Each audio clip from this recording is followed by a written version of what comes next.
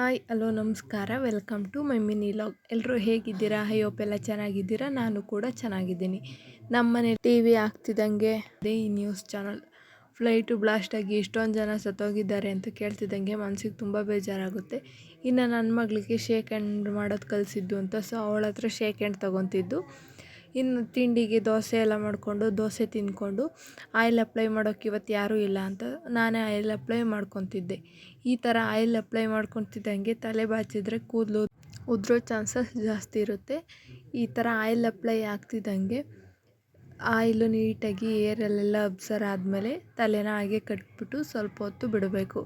ಈ ಥರ oil apply ಮಾಡ್ಕೊಳ್ಳೋಕೆ ನನಗಂತೂ ಇಷ್ಟ ಆಗಲ್ಲ. ಕೈಯೆಲ್ಲ ಆಯಿಲ್ ಆಗುತ್ತೆ ಅನ್ನೋ ಕಾರಣಕ್ಕೆ ಅಪ್ಪ ಮಾವಿನ ಹಣ್ಣು ತಂದಿದ್ರು. ನಂಬ್ಲಕ್ಕೇನಂದರೆ ಆ ಮರದಲ್ಲಿ ಇದೊಂದೇ ಮಾವಿನ ಹಣ್ಣು ಬಿಟ್ಟಿದ್ದು. ಟೇಸ್ಟ್ ಮಾತ್ರ ಸೂಪರಾಗಿತ್ತು. ಆ ಮಾವಿನ ಹಣ್ಣು ನಮಗೆ ಸಿಕ್ಕಿತ್ತು, ಮಾತ್ರ ಸೈಜು ಅಷ್ಟೇ ದೊಡ್ಡದಾಗಿತ್ತು. ಬಾಣಂತನ ಟೈಮಲ್ಲಿ ಫೇಸ್ ಎಲ್ಲ ಹಾಳಾಗಿದೆ ಅನ್ನೋರು ಈ ಥರ ಟ್ರೈ ಮಾಡಿ.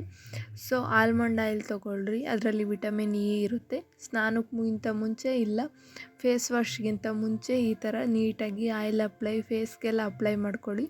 5 ಮಿನಿಟ್ ಮಸಾಜ್ ಮಾಡಿಬಿಟ್ಟು ಬಿಸಿನೀರು ಇಲ್ಲ ತಣ್ಣೀರಲ್ಲಿ ಫೇಸ್ ವಾಶ್ ಮಾಡ್ಕೊಂಬನ್ನಿ. ನೋಡ್ತಿರ್ಬೋದು ನನ್ನ ಫೇಸ್ ಎಷ್ಟು ಗ್ಲೋ ಆಗಿದೆ ಮತ್ತು ಎಷ್ಟು ಕ್ಲಿಯರ್ ಆಗಿದೆ.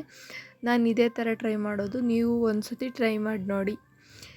ನಮ್ಮ ಅಣ್ಣನ ಮಗಳು ಬಂದಿದ್ಲು, ಅವಳು ಸಾಂಗ್ ಬರ್ತಿದ್ದಂಗೆ ಡ್ಯಾನ್ಸ್ ಮಾಡ್ತಿದ್ಲು ಅನ್ನೋ ಕಾರಣಕ್ಕೆ ಈ ಒಂದು ವಿಡಿಯೋ ನಾನು ತೊಗೊಂಡೆ. ಅವಳಿಗೆ ಸಾಂಗ್ ಅಂದರೆ ಅಷ್ಟೇ ಇಷ್ಟ. ಸಾಂಗ್ ಬರ್ತಿದ್ದಂಗೆ ಡ್ಯಾನ್ಸ್ ಮಾಡ್ತಾಳೆ. ಮಧ್ಯಾಹ್ನದ ಊಟ ಎಲ್ಲ ಮುಗಿಸ್ಕೊಂಡು ಅಪ್ಪ ಸಂಜೆ ಗೋಬಿ ತಂದಿದ್ರು ಅಂತ ಗೋಬಿ ತಿಂದ್ಕೊಂಡು. ಈ ಲಾಗ್ ಇಷ್ಟ ಆಗಿರೋ ಲೈಕ್ ಮಾಡಿ, ನಮ್ಮ ಪೇಜ್ನ ಫಾಲೋ ಮಾಡೋದು ಮರಿಬೇಡಿ.